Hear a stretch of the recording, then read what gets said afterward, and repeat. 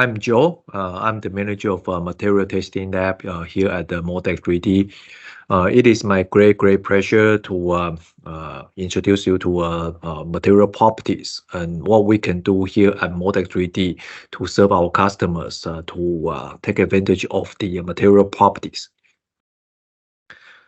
So plastic materials are the fundamental of injection moldings. Actually, for many applications, and we found it that the material properties is very often intriguing, but also a black box for the injection molding process.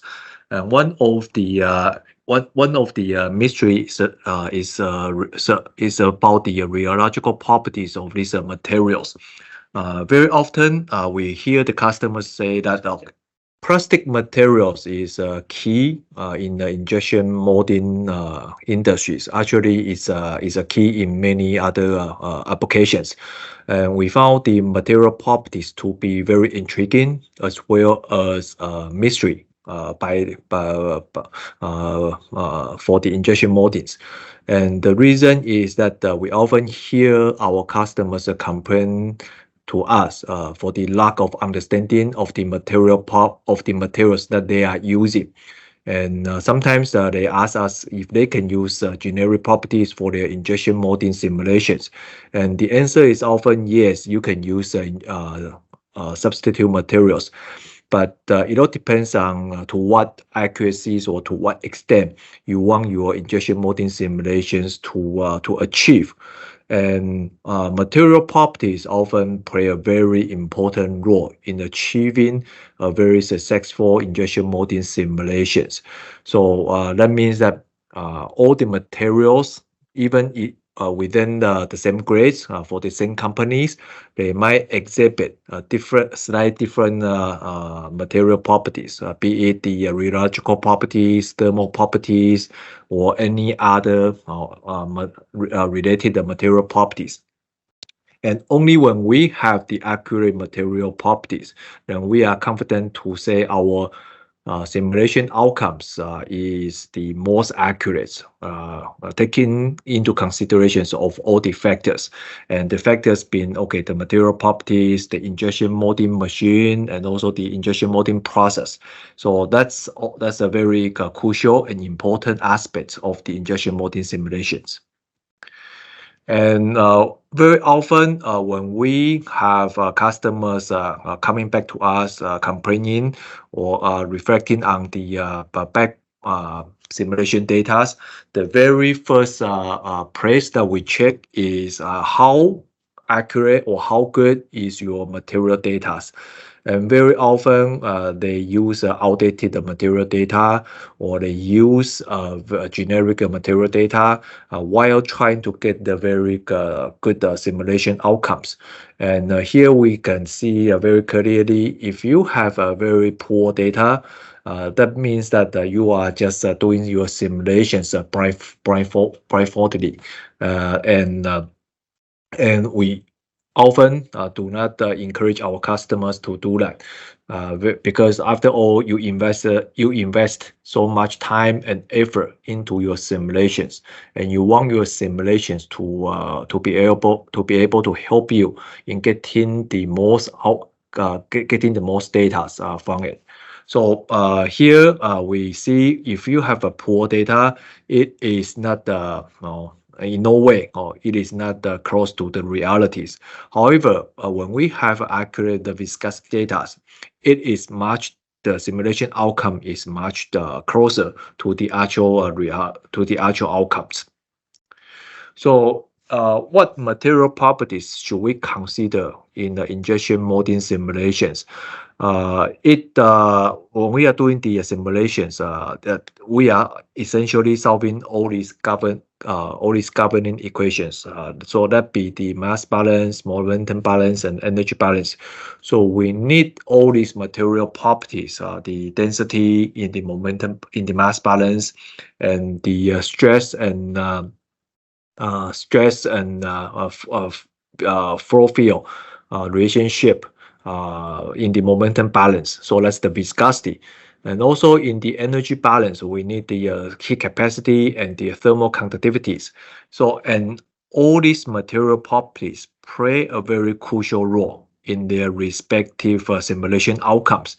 So for example, if you want your flow simulation to be accurate, then you must have accurate viscosity data because that is related to your feeding and packing pressure and also your feeding behaviors. And if you want to predict your shrinkage or part dimensions accurately, then you need to have accurate PVT data. And for heat capacity and thermal conductivities, they are related to the heating and cooling behaviors of the part and also the cycle time. And the mechanical properties is related to the shrinkage and warpage behavior. So you see, all these material properties are essential in getting the successful CAE simulations. So, and we try to encourage our customers to be as thorough in their material properties as possible. And all these data are there for a reason. So I just want to show you in our actual materials, whether it is unfilled or filled materials, they are very complicated because first of all, you might have amorphous materials versus semi-crystalline materials. They will behave differently. Semi-crystalline materials might have a higher mechanical strength, but at the same time, their properties are more dependent on the process, i.e. the cooling profile. So, and also there are different types of thermoplastics, and there are different types of plastics, thermoplastic versus thermoset. So the materials itself are very, they have a very complex complex natures. And even for the materials during the injection molding process, they very often we are encountering the materials in their nonlinear range. So it means that if the materials that we tasted in the linear range can be extrapolated to the nonlinear range, so that's the viscoelasticity or the viscosities. And the phase change just refers to the PVT behavior or the crystallization behavior. So if you have a PVT behavior, then during the cooling process, you are essentially going from melt states all the way to the solid stage. So you might have a transitions when you reach the gas transition temperature or reach the crystallization temperatures, and that will drastically change your specific volumes. And the use of fillers is another issues. So nowadays we want lightweighting for our plastic for our injection molding products. And so that means that, we want to take advantage of the fillers to enhance the mechanical properties, but the fillers might cause some anisotropic properties. So it means that, in your flow directions and cross flow directions, they might have different CLTE, thermal expansion coefficients, as well as the mechanical properties. And recycled materials is a very hot topic these past few years. And recycled materials itself is a new breed of materials. It's a new categories because the recycled materials might behave entirely differently from the virgin materials. So these are all the important material properties that we need to consider. And I often kid this with our customers. If you have a garbage material data, that will give you your garbage simulation outcomes. But in a more polite way, we can say, accurate material information provide a better simulation outcomes. And we have a lab here in our headquarters. It is based in Taiwan, in the Zhubei City in Taiwan. And our lab is ISO 17025 certified. And we have all the necessary equipments for rheological material characterizations for CAE simulations. And this is our laboratory here. So you see we have a very big space in the testing lab. And here we have a different instruments. So for example, we have a few capillary rheometers. We have 2 single board and 2 dual board capillary rheometers, and 3 PVT instruments, and a couple of parallel plate rheometers, and also DSC and TMA and the instruments.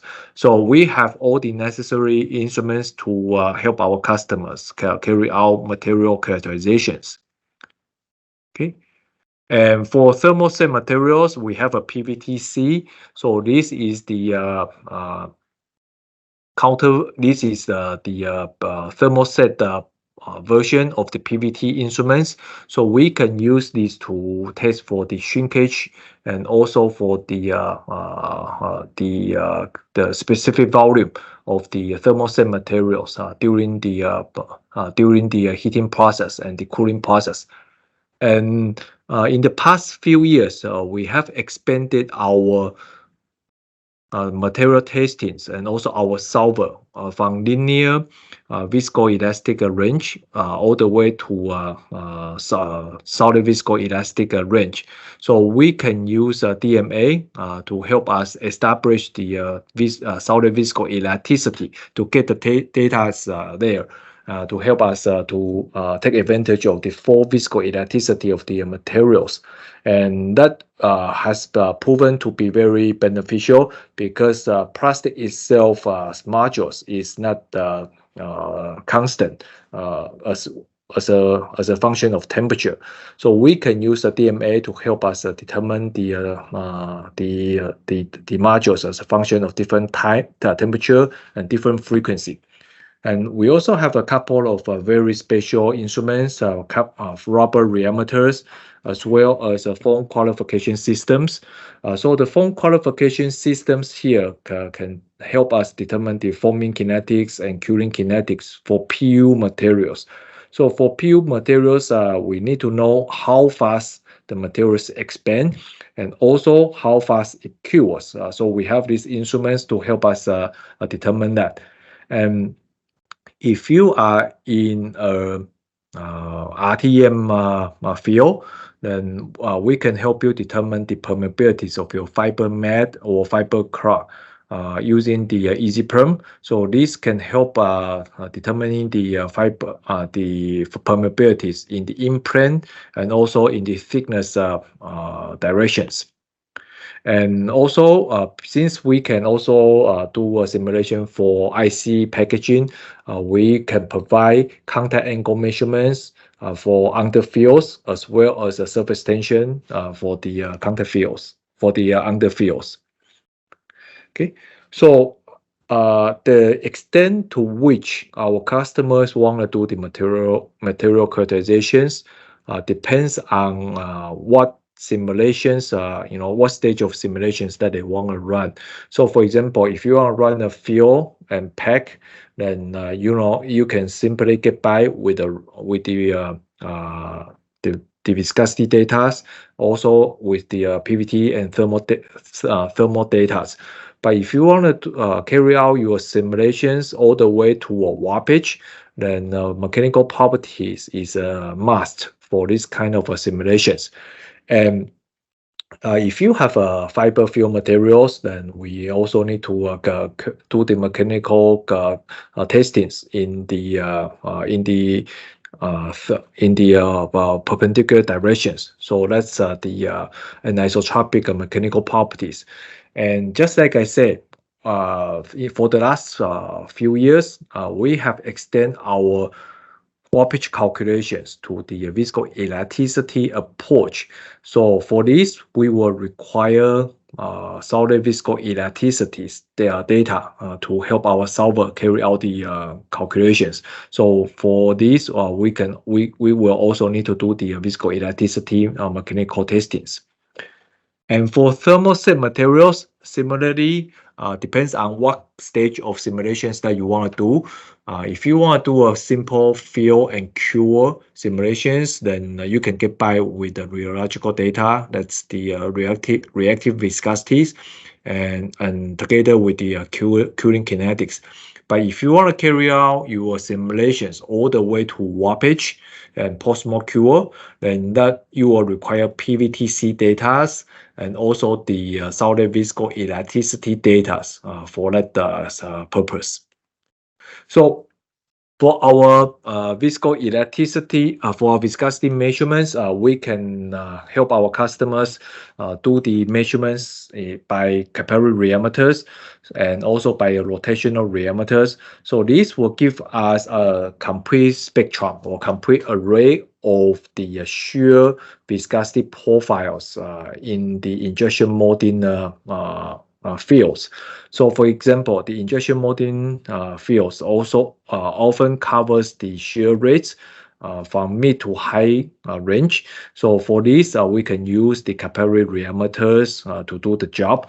So the capillary rheometers works in the following fashion. So we have a piston, and we can melt the sample in the reservoir to its suitable temperature, and then at the bottom there is a capillary which has a defined dimension L over D ratio linked to diameter ratios, usually 30:1 ratio, and we can set the piston to different moving speeds, and the pistons will move and then push the material through these tiny capillaries. And in terms, we can measure the pressure drop by the pressure transducer here. So that, and from the pressure transducers, we can employ some equations to help us calculate the shear stress. And from the speed at which the pistons is moving, we can calculate the shear rates of the materials. So when you have shear stress and the shear rates, that will give you your viscosities. And for most of the polymers, it will exhibit a Newtonian plateau as well as the non-Newtonian plateau. But for the Newtonian plateau, it is usually at the lower shear rate. But that shear rate is usually not attainable by the capillary rheometers. So for that, we can use the rotational rheometers. So the rotational rheometers works in different fashion. It deploys a drag force to measure the materials. So we put the materials in between two, either a cone and plate or a parallel plate. So the bottom plate is fixed, and the top plate will be rotated, and we can set the rotating speed, and from the measure torque, we can calculate its shear stress, and from the rotational speed, we can calculate its shear rate. So then we can convert that to a shear viscosities. So that will give you your Newtonian plateau, and that should give you your entire viscosity spectrums. And when we are doing our viscosity measurements, we follow ASTM standards, and all our material testings have a high standards because we always follow ASTM standards, and we will look up all the data sheets. Should it be dry, and what temperature the materials should be dry, and to what moisture content the materials should be dry to. We will adhere strictly to the data sheet, and our maximum temperature for our Goldhofer rheometers is 400 degrees. So that should be sufficient for most of the tough engineering plastics, such as LCP or PEEK. And we can use different models, such as cross WLF models or Herschel-Berkeley WLF models to do the fittings. And just now I mentioned that, okay, if you want to if you want to have a better idea of the material properties, then low shear viscosity is sometimes important, because for certain materials, especially for fuel materials, if you don't have the low shear viscosity data, then there is no way that we would know when if the materials have yield stress behavior or not. So this is only possible when we carry out these low shear viscosity measurements. So for example, the materials on the left hand side is a virgin materials. It doesn't have this kind of yield stress behavior, but the materials on the right hand side, since it has incorporated some fiber, it exhibits this kind of yield stress behaviors. So when we have the data, then this will give us a better understanding of the material itself. Okay, and very often when we are doing the material testing, so we will do it at multiple temperatures, and the reason is because the viscosity itself of polymers or any substance is a function of temperatures. So here on the left hand side is a plot of the sensitivity of the materials, the viscosity of the sensitivity of the materials as a function of temperatures. So the steeper the slope, then the more sensitive these materials is to temperatures. So for example, if you have a PC or PMMA, so these are materials that are known to be more sensitive to temperatures. Then from the slope here, it gives us some ideas why these materials are very sensitive. Its viscosity are very sensitive to the temperatures because the slope is quite steep. But on the other hand, if we have materials such as a PP or LDPE, these materials are generally not known for their temperature sensitivities, and so here it also proves to us that okay, these materials are less sensitive to temperatures, and because their slope is flatter. And when we have these temperature sensitivities, it will help us get much better simulation outcomes, because here on the right hand side I have a runner, and the runner itself, if I don't have these temperatures sensitivity data, or that means that I will not be able to capture these shear heatings near the wall of the runners, and it is known in the injection molding field that okay, due to these high shear rates, the materials there will experience a higher temperature increases, and therefore the viscosities will be lower. And for lightning product, it is important that we consider this temperature imbalance, because if we don't consider the temperature imbalance here, then we are not able to capture this kind of temperature sensitivities. And on the right hand side is a simulation data that do not consider the temperature sensitivity, and here it is quite far. The simulation outcome is quite far from the realities. And so now we have covered viscosity measurements. The next stage is for the packing simulations. So for the packing simulations, you would need the PVT data, and for our PVT data, we employ piston type cooling process measurements in the measurements itself. So here we will heat the materials up and then hold the pressure constant while cooling it down and to room temperatures. So we will repeat it for several different pressure, and then at the end we will get a specific volume as a function of temperatures at different pressures. So this is a complete PVT data for a given materials.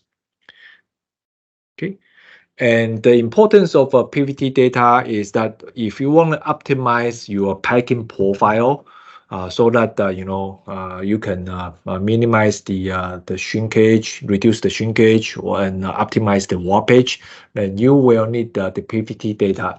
So show here on the left hand side and the right hand side is data with and without optimize the PVT packing profile. So on the right hand side, I have the PVT data optimized so that the shrinkage is much more uniform. The specific volume throughout the entire part is much more uniform. Okay, and in contrast, on the left-hand side, because the the PVT packing profile is not optimized, so I see this kind of a huge warpage in the product itself. So this all highlights to the important fact that okay, if you want to use simulation to help you get a better design or better process optimization, then it is important to have the most accurate data. And from now on, I'll be talking about some proprietary material testings. So the shear heating is one of them because for a long time, we know that plastic itself is not a very good thermal conductor. And during injection moldings, due to high shear rates, these materials will often exhibit significant shear heatings. But up to now, it is very difficult to do a shear heating corrections during the measurements. But we have come up with a way to help us capture this kind of shear heating phenomena. So we will carry out the measurements as before, but then after our measurement is done, we will run a simulation which we call the digital twin approach to help us extrapolate the shear heating magnitude during the measurement process. And then we can use this, the temperature increases, the magnitude of the temperature increases, and then to help us fine-tuning our material data. So here, the significance of the shear heating often happens at the high shear rates, and this is often the range where injection molding process happens in the high shear rate. So it is quite important that if we want to get the simulation outcomes but better, then we need to take into account of these shear heating phenomena. Okay, so in our approach, we will have this pressure drop data outputted from the capillary diameters, and then from here we can calculate the viscosity. So the viscosity is just a function of shear stress over that of a shear rate. So we can have the viscosities. Then once we have the initial or the first set of viscosity data generated, then we can use that as our starting point to run our simulations, and the simulations will give us the magnitude of the temperature rises, and we will go back to correct for our fitting process or our fitting parameters, and then this process is repeated until our simulation predictions is in a good agreement with the actual machine output data.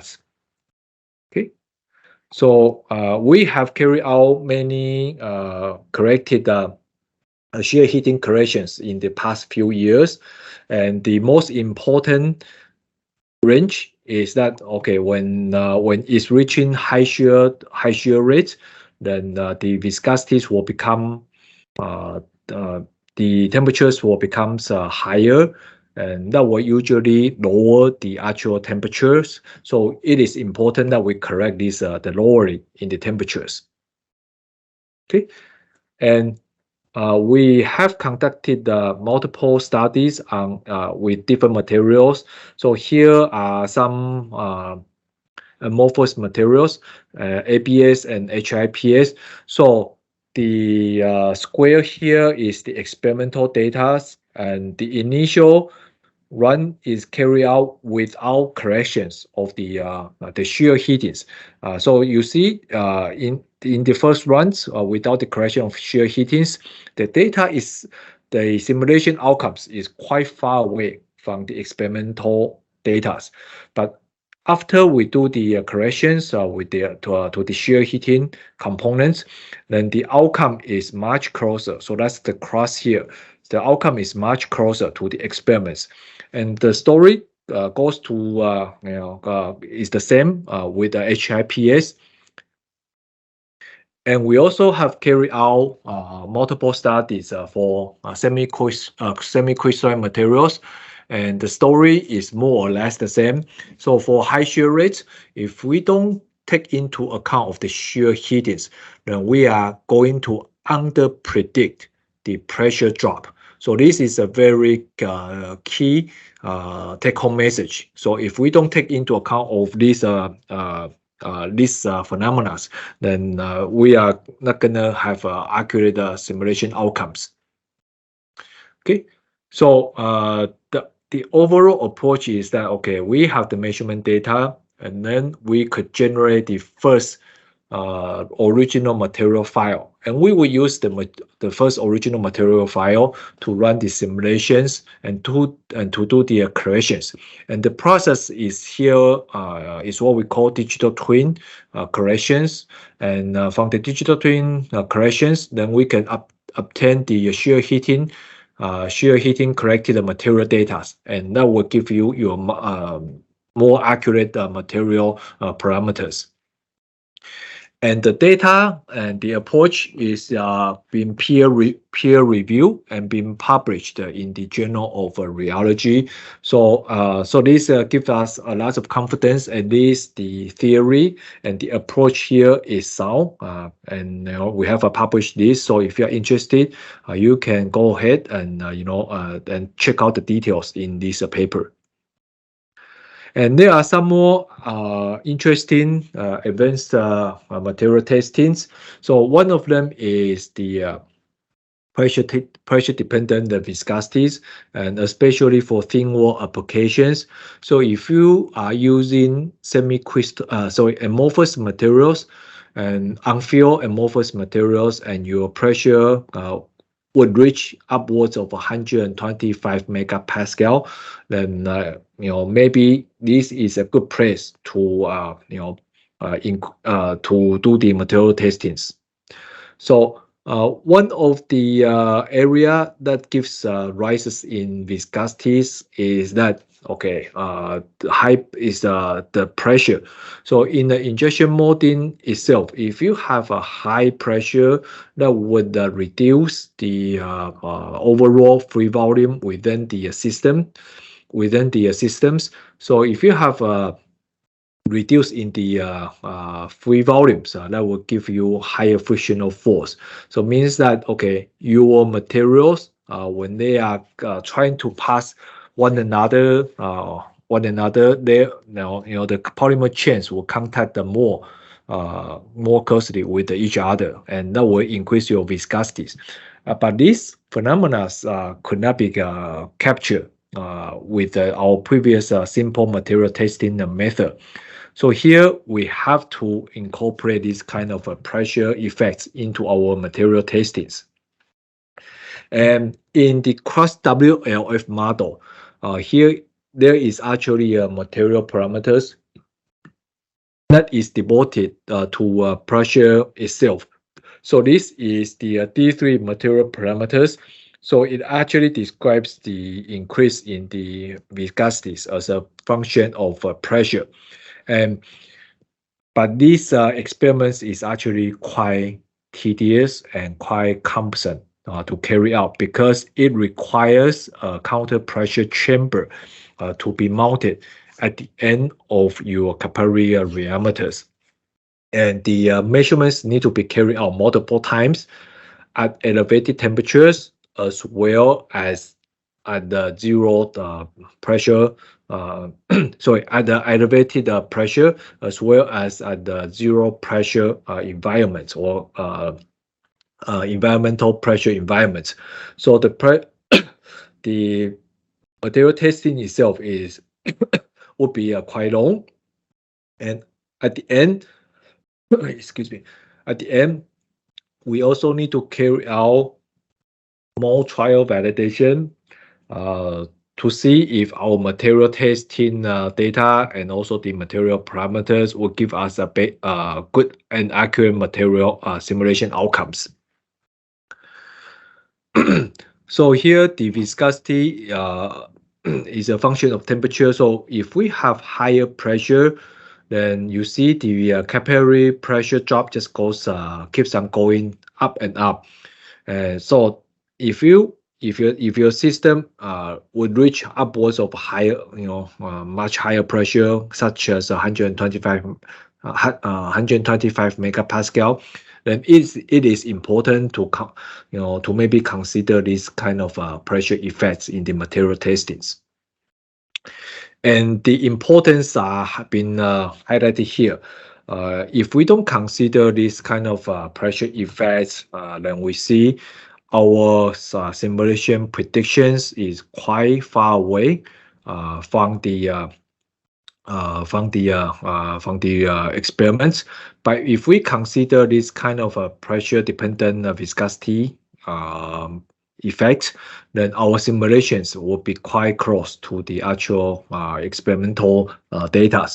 And this is important when you are doing when you're actually predicting the shrinkage or the dimensional stabilities.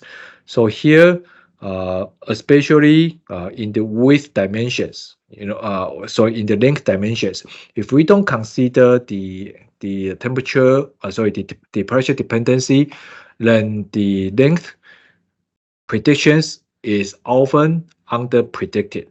And this is because there is much more shrinkage in the systems. But if we have this kind of pressure-dependent data, then the length here in the simulation outcomes is much better. And another quite interesting and advanced material parameters is the crystallinities. So crystallinity is quite important because during the injection molding process, we know that the temperature distributions or the cooling rate is different in different areas of the mold. Even though you have the same mold temperature settings, but your materials is gonna experience a different thermal environments, and that's why for your injection molding simulations, we need the crystallization data to help us get to predict the simulation outcomes. So here, if we don't consider the crystallization behaviors, the initial data, that's our old approach, is quite far away from the actual experimental data. So the actual experimental data is the green. So, but if we consider the crystallization behaviors, then that will bring us much closer to the realities. So the important key take-home message is that the crystallization data is important because that will influence your specific volume, and specific volume will influence your shrinkage. And lastly, in my thermoset material testing, I would like to share with you viscoelasticity. So viscoelasticity is our new material testing items. That's because this is very usually difficult to test and also usually difficult to do the modeling. So we can help our customers do the viscoelasticity testing in the liquid stage as well as in the solid stage. And in the liquid stage, you can utilize the data to predict the birefringence and as well as the photoelasticity of the materials. And if you have the complete viscoelasticity data, so that's to combine the the DMA data, which will give us the solid physical elasticity, as well as the fluid data from the rotational rheometers. Then that will help us generate complete physical elasticity data. So here we can see the modules during the injection molding, which starts in zone 5. The modules is quite low, but during the cooling process or the cooling conditions, the modules will keep on going up and up. So that's why when we are trying to do the simulations, nowadays we will try to encourage our customers to use enhanced warp, because the enhanced warp will actually take into account of these the change in the modules. Okay. Okay, and another area of the viscoelasticity is that we can use this to predict jetting, fall instability, and tiger stripes, because most of these phenomena are related to viscoelasticities. So when we have the viscoelasticity data, that will give us a better chance of capturing this kind of phenomena. And lastly, I would like to share with you our testing capabilities for thermoset materials. So we can test for thermoset materials, EMC, rubber, LSR, underfill, all the thermoset materials. And we can test for the reactive viscosities. So the viscosity is being tested using the rotational rheometers, and we can test it using isothermal or ramping conditions. And also we can use the DSC to determine its curing kinetics behaviors. So when we have this two set of data, then we can use the model to help us do the predictions. And not only that, we also have a counter angle instruments in our lab, and we can use the counter angle to help us determine the surface tension as well as the counter angle for underfill materials. So nowadays, IC packaging is very important for semiconducting industries. So and we have more and more customers requesting information on this kind of material testings. Okay, and what is quite unique for our material testing capabilities is that we can also test in the PVT behavior of the thermoset materials. So this will be the PVTC. C here stands for curing. So we can incorporate this kind of curing material properties into our simulation predictions. So on the right hand side here, we have a specific volume as a function of temperatures. So initially, the materials will increase its specific volume as a function of the temperatures. But once it reaches a certain reacting temperatures, the specific volumes will drop. So that means that the materials is undergoing curing, the density will become higher. And then once the curing process has finished, and then now if you continuously heat the material up, then now from now on is all thermal expansions. So you see the materials will undergo heat expansion, and then curing induced shrinkage, and then again heat expansions. And we can use the instrument. The instrument is on the right hand side. So this is a PVTC testing device. So just like just with our PVT testing instruments, this is a piston type PVTC testing instruments, but its lateral resolutions is much higher. And the PVTC will help us determine the shrinkage and also annealing for the IC packaging field. So these are the crucial data that's required for IC packaging simulations.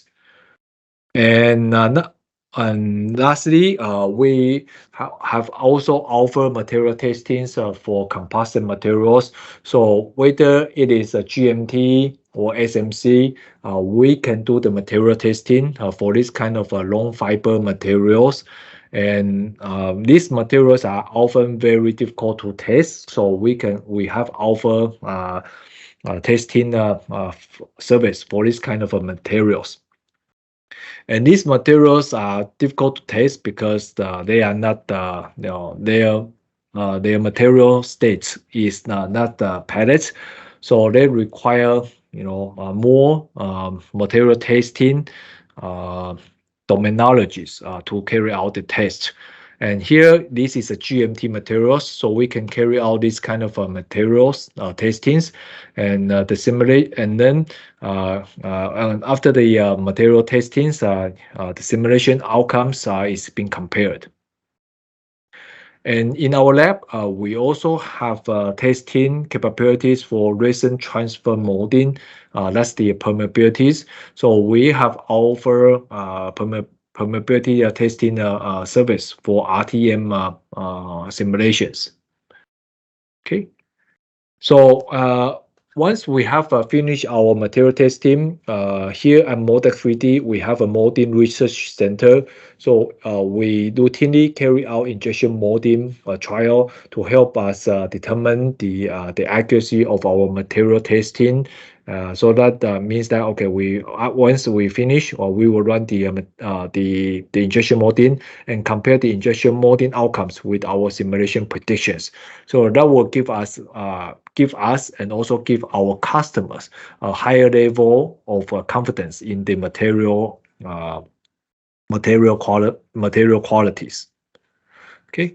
So so in our own injection molding machines, there are 9 temperature sensors and 9 pressure sensors in the mold systems, and we can extrapolate all the data to compare with our simulation predictions. Okay, so overall, we can provide material testings for thermoset as well as for thermoplastics. And whether you want to carry out a complete material testing, or you want just a simple individual material testing items, it depends on your simulation requirements. But we can offer this kind of a custom and flexible testing items tailored to the customer's material simulation needs. And if you have alternative material suggestions, we can also help you with our material hub cloud. So you can just go ahead and check out our material hub cloud. In our material hub cloud, there is the alternative material suggestions. So it is very easy to use functions. And in our material hub cloud, if you are a member, there is also a possibility of carry out the material data fittings on the material hub clouds. So these are what we can provide in our material testing service as well as in our material hub cloud.